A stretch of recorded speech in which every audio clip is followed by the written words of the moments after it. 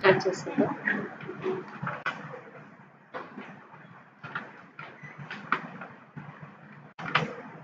Good morning to all the first year BSc nursing students. I am P. Vijayeshwari Devi, your HOD. I think all are safe at home.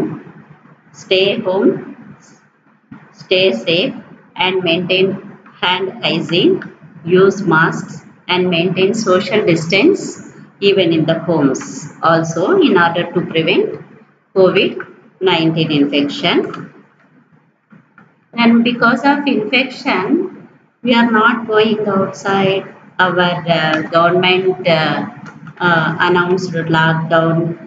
So, no schools and colleges are running.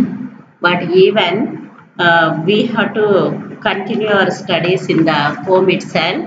And for that, we are conducting online classes.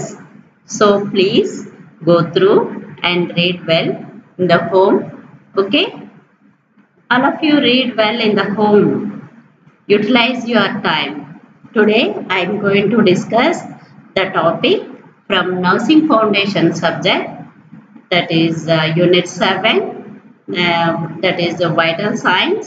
Under that, the types of fevers. The types of fevers and management. Okay, we will discuss that one. Then, first of all, the temperature, the fever, otherwise it is called as a pyrexia. Before going to pyrexia, we should know already we completed what do you mean by temperature, what are the different factors affecting temperature, and thermoregulatory center we completed. Then we discuss. Then just we go through what do you mean by temperature. This is the measurement of heat. Temperature is nothing but it is a measurement of heat expressed in degrees body temperature, which reflects the balance between the heat production as well as the heat loss from the body. Okay. If any changes the balance, if any balance is not maintained properly, means what happens? Imbalance occurs. Imbalance means there is alterations in the temperature of a body. So today we will discuss regarding the what are the different alterations, or maybe what are the different types of the fevers. Okay, what do you mean by fever? We will discuss. Then, first defining the definition of the fever or maybe pyrexia, we can see when body temperature rises above 99 degree Fahrenheit or 37 degree centigrade, it is called as pyrexia or fever. Then another definition we can see, fever is a common medical sign which is characterized by an elevation of temperature above the normal range of 36.5 degree centigrade to 37.5 degree centigrade and 98 degree Fahrenheit to 100 degree Fahrenheit due to increase in the body temperature regulatory set points which is present in the hypothalamus. Okay, this is the definition of the fever. Then we will go through the what are the different causes of the fevers or maybe pyrexia. We will go through the causes. Then the first cause is an infection. Infection is a main cause for rising the temperature. Infection is nothing but invasion of the microorganism in the body and causing diseases and inflammation. The one of the characteristic of inflammation is a rise of temperature. Okay, that is the infection is the main cause of the fever. Then diseases of the nervous system and certain malignant neoplasms and blood diseases such as leukemia, embolism and thrombosis.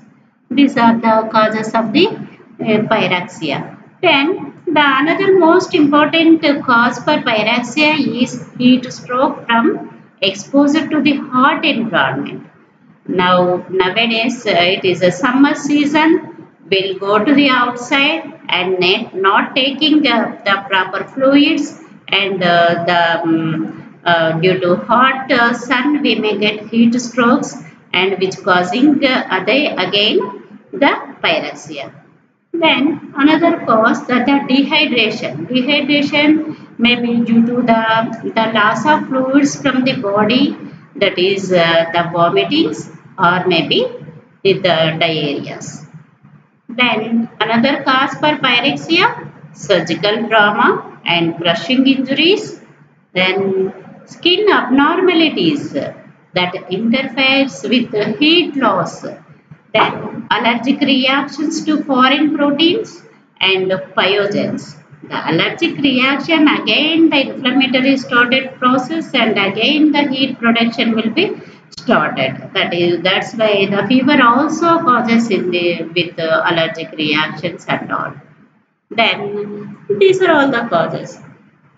We will next let us discuss regarding the types of the fevers, or maybe types of the pyrexia. Coming to the types of the pyrexia, we can see the continuous pyrexia or continuous fever, intermittent fever and remittent fever, inverse fever, relapsing fever, irregular fever and sustained fever. These are the some of the types of the fevers are there. Then again low pyrexia, high pyrexia, hyperpyrexia will be there. Then hypothermia and hyperthermia. These are all the types of the pyrexias. Let us discuss types one by one. First we can see the continuous fever or constant pyrexia. There is a temperature varies not more than 2 degrees between morning and evening, and does not reach normal for a period of days or maybe weeks. In this type of the continuous temperature may not be touching to the normal levels. The normal temperature is 98.6 degree Fahrenheit, or maybe if you say in a centigrade, that is the 37 degree centigrade. So this continuous fever which not coming to the normal range, but the variations not more than 2 degrees from morning to the evening temperature. So it is continuously present, it is not coming to the normal. That's why it is called as a constant fever or maybe continuous fever. Then the intermittent fever. The intermittent fever, it is also called as a quotidian fever or the swinging pyrexia, or it is also called as the hectic pyrexia. This intermittent pyrexia, the temperature rises from the normal. The temperature may be rises from the normal or subnormal to high fever. The temperature rises from the normal to the above, or maybe the subnormal to the high fever, and back at regular intervals, and coming to the back. The intervals may vary from few hours to the 3 days maybe. Once the temperature is rises from the normal to the above means it is not coming the very soon. It takes time. It is having the interval in between the few hours, or maybe it takes the 3 days time, or it may be it is exceeding the time. So the temperature rises and stays few hours or 3 days and again come back to the normal levels. It is called as the intermittent fever, and it is a higher, the mostly in this type we can see the high temperature in the evenings than in the morning levels. Okay, then another type, that is the remittent fever. Remittent fever is a fever which is characterized by the variation of more than 2 degrees between the morning and the evening, but does not reach the normal. The remittent fever, it is also a one type of a fever and characterized by the variations more than the variation, it is having the variations more than 2 degrees in between the morning and to evening temperature, but it does not reach the normal levels. Okay, it is also one type. Then coming to the inverse fever, in this type the highest range of temperature is recorded in the mornings and the lowest in the evening. The inverse fever, which it is characterized by the highest range of temperature is recorded, means high temperature in the morning and in the low temperature in the evening, which is contrary to that found in the normal course of fever. Okay, normally in the normal course of fever we can see this also this variation which is the controversy will be there, means opposite will be there, means that is the highest temperature is recorded in the evenings normally, usually. Then coming to the relaxing fever. Relaxing fever is one which there are brief febrile periods. Brief febrile means here we can see the febrile and afebrile. Febrile means the temperature, means or fever we can say. Febrile means the patient is having the temperature. Afebrile means not having the temperature. So that is the term febrile. The relaxing fever, in the relaxing fever is one which there is a brief febrile period followed by 1 or more days of normal temperature. For one person, the small small febrile period will be there, and again it is giving 1 or 2 days the no temperature. Then again it is the small febrile periods will be continued. So that is called as the relaxing fever. Then irregular fever. Irregular means when fever is entirely irregular in its course, it is called as a irregular fever. Then sustained fever. Sustained fever means the constant body temperature continuously above 38 degrees centigrade or 100.4 degree Fahrenheit. That is the demonstrate little fluctuations will be there. The temperature is continuously present. Okay, that is a sustained fever. Then along with all these types, we just go through the what do you mean by low pyroxia. Low pyroxia means the temperature does not rise above the normal, that is 99 degree Fahrenheit to 100 degree Fahrenheit, or it may be that 37.8 degree centigrade to 39.4 degree centigrade. That is low pyroxia. Then if you see the high pyroxia, the temperature always it is 103 degree Fahrenheit to 105 degree Fahrenheit. If you say in centigrades, that is 39.4 degree centigrade to 40.6 degree centigrade, we can call it as a high pyroxia. Then coming to the hyperpyroxia or maybe hyperthermia, that is 105 degree Fahrenheit. Then another type, if you see the subnormal temperature. Subnormal temperature is nothing but it falls below the normal. That is the temperature below the normal, that is 95 degrees to 98 degree Fahrenheit, or it is 35 degrees centigrade to 36.7 degrees centigrade. It is called as the subnormal temperature. Then coming to the hypothermia. Hypothermia is nothing but is the low temperature, that is the 95 degree Fahrenheit, or it is 35 degree centigrade. So these are all the types of the fevers. Then we can see the fever phases or stages of fever. We can see, that is the clinical signs also can be we can see. The first stage, the onset or invasion, or we can call it as a cold or chill stage. Here we can see in this stage, it is a period when the body temperature is rising Then when the temperature is rising, there are certain signs we can see, the fever signs, that is the increasing heart rate and increased respiratory rate and the depth. Then the shivering we can see, then the complaints of feeling of cold, then cessation of sweating, then pallid and cold skin and goose flesh appearance of the skin. The goose flesh appearance of the skin, which is nothing but the hair which is present on the skin, it becomes erect. So that means we can say in Telugu, nick వెంట్రుకలు నిక్కబడుచుకున్నాడు, చర్మము పైన వెంట్రుకలు నిక్కబడుచుకున్నాడు, that is called as a goose flesh appearance of the skin.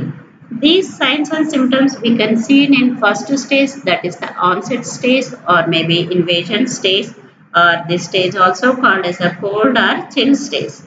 Then coming to the second stage, that is the fastigium or stadium stage. This stage also called as a coarse stage. In this stage, fever is a period when the body temperature has reached its maximum and remains fairly constant at high levels. Here we can see, that is the signs we can see in this stage, the absence of the chills, the chills will not be there, photosensitivity we can see, skin that feels warm, glass-eyed appearance we can see, increased pulse and respiratory rate and increased thirst, mild to severe dehydration and drowsiness, restlessness and hepatic lesions of the mouth, hepatic lesions of the mouth we can see, malaise, weakness and aching muscles. Then along with this drowsiness, restlessness, delirium or maybe sometimes convulsions we can see. Then loss of appetite if the fever is prolonged. And these are the signs we can see in second stage, that is the fastigium stage or maybe the fourth stage we can see. By these symptoms we can identify the patient is in which stage. Okay. Then third stage is a deference or decline period, means that is the fever abatement, means reducing the fever, come back to the normal, skin that appears flushed and feels warm, decreased shivering and sweating, possible dehydration. So these are the symptoms we can see, and the fever may subside suddenly or maybe gradually. These are the three signs and symptoms or phases we can see in the fever. Then the another thing, the crisis. The crisis is nothing but it is a sudden return to normal temperature from a very high temperature within a few hours or days. Okay, the temperature returns within a few hours or days. Then it returns to sudden returns of the temperature to the normal after few days or maybe few hours. The crisis is divided. It is a true crisis or maybe a false crisis. Then let us discuss regarding the patient with pyroxia, nursing care of the patient with pyroxia. Nursing care of the patient with pyroxia, we can see first and foremost objectives. Here we have to, our objective is to increase the decrease of the loss, heat loss. We have to decrease the heat loss or heat production. Okay. Then preventing the complications. Another thing, promoting balance in between the heat production as well as in the heat loss. Then in the nursing care, we will follow the nursing process, that is the assessment. First of all, we have to assess the patient. How we can assess the patient? The frequent reading, frequent checkings and recording the temperature, and draw the graphic representation of the temperature by time to time. that is fourth hourly TPR or maybe second hourly TPR, hourly, half an hourly, that is depending upon the stage of the temperature patient we have to assess. Then assess for contributing factors, maybe patient is having dehydration or patient is having any infection or any environment, the environment which is the too hot, we have to assess. Then we will identify the physiological response of fever. Then we have to obtain the all vital signs. Vital signs is means a very important one, that is the temperature, pulse, respirations as well as the blood pressure we have to check. So we have to obtain all vital signs. Assess the skin color and temperature. We discussed in the characteristics regarding the skin, how it becomes, and maybe what is the color and the characteristic of the skin also, maybe gooseberry appearance or maybe paler or maybe pinkish red, like that we have to assess the skin. Then assess for presence of thirst or malaise. First, we have to assess the patient is having how much thirst or maybe malaise. That is depending upon, we will identify any dehydration symptoms are there, any tiredness which is present, we have to see. Then assess for client's comfort and well-being. We have to see in which position patient is comfortable and where he is very comfortable when putting fan or maybe providing some bedding which is comfortable to him or providing fluids, like that we have to see, assess the client comfort and well-being.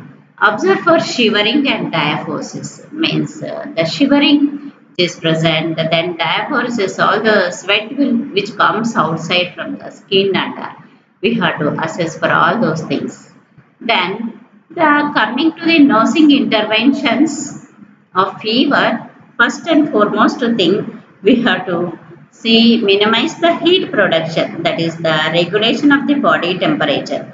In the regulation of the body temperature, what we have to do? We have to minimize the heat production, reduce the frequency of the activities that increases oxygen demand, such as excessive, means in order to increase the reduce the activities, means if you reduce the activities, we can promote the minimizing the heat production by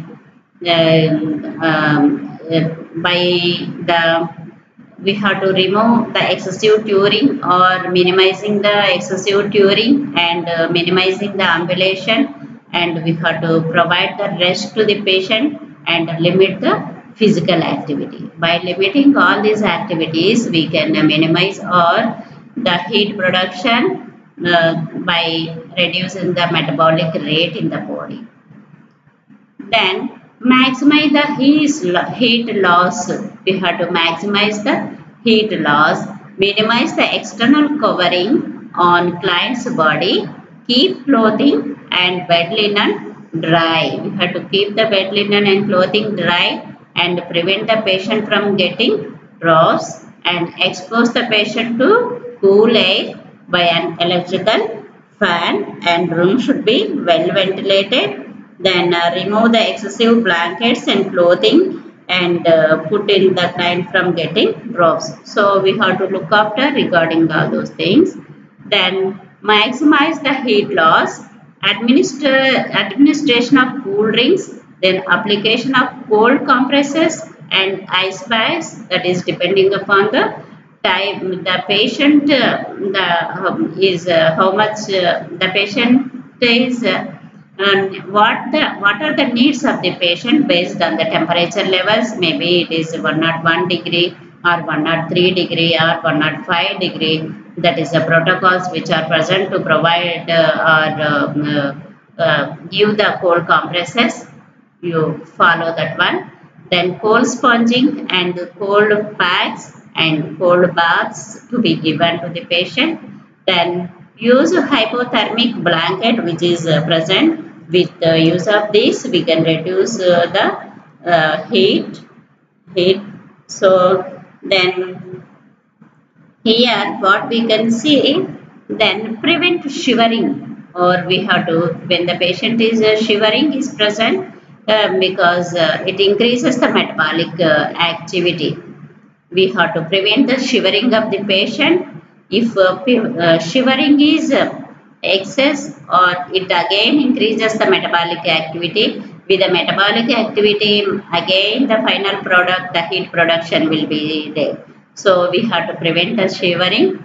Then for that, produces the heat and increases the oxygen demand and circulation, and may cause hyperventilation and respiratory alkalosis. Then here what we have to do, promote the client comfort, encourage oral hygiene every 4th hourly, then prevent the dehydration by providing sufficient fluids and oral liquids to the patient, control the temperature of the environment. If environment is too hot, means we have to be provide some fans or maybe air conditions, or some to be cool. We have to modify the environment and provide the complete bed rest by minimizing the activity. So then clothing should be very light, loose, smooth, cotton and non-irritating cloth will be there. Then satisfy the supplement for increasing the metabolic rate, provide the supplemental oxygen therapy, then replace the fluid loss and provide high caloric diet, because the oxygen consumption in the body tissues is increased. Then provide the liquids. When the patient is having, mostly we will advise the liquid diet to the patient, and also high calorie diet. Diet should be easily digestible and palatable, and fluid intake up to 3000 ml to be maintained. Then encourage the patient to take plenty of oral fluids, maintain intake output chart, that is IO chart, to be maintained for 24 hours in order to look after the or identify the dehydration levels, or maybe how much fluids they are taking, and the urine output also to be monitored to know the baseline data.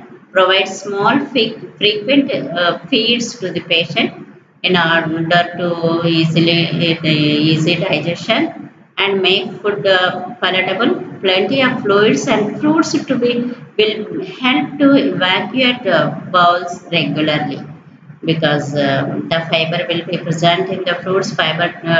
Fruits to be given to the patient in order to help in evacuation of the bowel regularly. Maintain of personal hygiene, frequent mouth washes. Every 4th hourly we can give the mouth care to the patients. Then care of the skin and pressure points. When the patient is always in the bed, we have to look after the pressure points and prevent the bed sore. Use sponge bath daily, and if temperature remains high, cold sponging is given to bring the temperature normal or reduce. Then regarding the patient safety, never leave a patient alone. Rigor and convulsions may occur at any time. Constant observation is important for the patient. Evaluate urinary output periodically.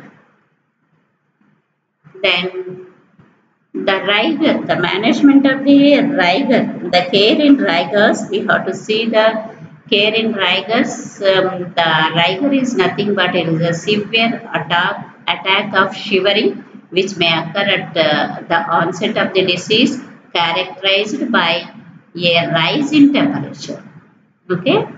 Then the rigor, which is having the stages also, the stages, first stage, second stage and third stage is there. In the first stage, we can call it as a cold stage, or in this stage the patient shivers uncontrollably, skin is cold, face is pinched and pale, pulse is feeble and rapid, temperature rises rapidly to 103 degree Fahrenheit. Patient will feel cold. Then coming to the second stage of rigor, it is also called as the hot stage. During this stage, the patient becomes uncomfortably hot. his skin is very hot and dry, patient will complaints of extreme thirst and headache, and shivering stops. That is the second stage. Then coming to the third stage of rigor, it is also called as a sweating stage. Patient begins to sweat profusely and temperature decreases, pulse rate also decreases and discomfort subside. Patient may go into stage of shock or collapse if not cared properly. Then a patient suffering from rigor should never be left alone. Then the first stage care during the shivering attack, he should be given hot drinks and have blanket put around him until he feels warm. So we have to avoid the excessive shivering, which again improves the metabolic rate, and finally the heat production will occur. So we have to stop the shivering by providing the hot drinks or maybe the hot blankets and cover the patient and provide warmth or provide hot water bag. Then coming to the care of rigor in second stage, in this stage to be given cool drinks and cold compresses because the temperature is reaches high, and ice bags to be applied to his head will help to relieve headaches. Patient temperature is recorded every 10 to 15 minutes. Then give tepid sponging. It is important to observe carefully for first sign of sweating. Remove all blankets and hot appliances. Cover patient with a thin bed sheet because we have to prevent heat, excessive heat. So we have to remove all the blankets and all. Then in this stage there should be given cool drinks and all that is the second stage. Then coming to the third stage care of rigor, the sweating is one of the body usual way of reducing temperature, but the sweating must be wiped from the patient face, neck and chest. At the end of rigor, the patient may feel very exhausted and the nurse should ensure that the patient is comfortable. Then here what we have to do, we have to change the patient clothing and also change linen. Observation must be continued at regular intervals until the temperature has remained regularly. Sweet drinks may be given to treat the fatigue. Patient is with all these the fever stages and rigor stages, the patient may become fatigued. So in order to prevent the fatigue, we have to provide the sweet drinks, that is the sugarcane juice or maybe lassi or maybe orange juices, which gives some strength to the patient, like salads to be given the patient. Then when temperature comes down, the pulse is the not improved, it is considered as a false crisis. Then patient condition may deteriorate. Inform the doctor and see the doctor. Then hypothermia. If the temperature falls below 95 degrees centigrade, means it is not improved and it is the temperature is below 95 degree Fahrenheit or maybe 35 degrees centigrade. The condition is called as a hypothermia. In this hypothermia, patient is warmed by placing him in a warm room. In order to treat hypothermia, patient to be shifted in a warm room with warm blankets and warm drinks to be given to the patient, and prevent further decrease in body temperature, removing the wet clothes and replacing them with dry clothes. So all in the stage, the sweat stage means the third stage. We have to remove all the sweat will comes outside, so clothes will be wet. So we have to remove all the wetted clothes and replace the dry clothes. If possible, give hot liquids such as soups. Avoid alcohol and caffeinated fluids. Keep the head covered. That is the management of the fever and high fever and hypothermia. So in this session we discuss regarding what do we mean by the pyrexia and what are the different types of the pyrexia. Then coming to the each type, what is the management of the hyperthermia? Then each stage, what nursing management to be taken, what care to be given during the rigor as well as the hypothermia. So well, maybe you will understand this topic. If not, means any doubts you have, you just ask us to clarify this one. So thank you, girls. See this and read well. These alterations in temperature or types of temperatures are very important for examination point of view. Even in MCQ questions are coming, or maybe 2 marks questions are coming like Riger, which is what do you mean by Riger? What is hypothermia and what is hyperthermia? Like that questions will comes from this topic. So be careful and read well and prepare well for exams. Thank you for watching. Thank you.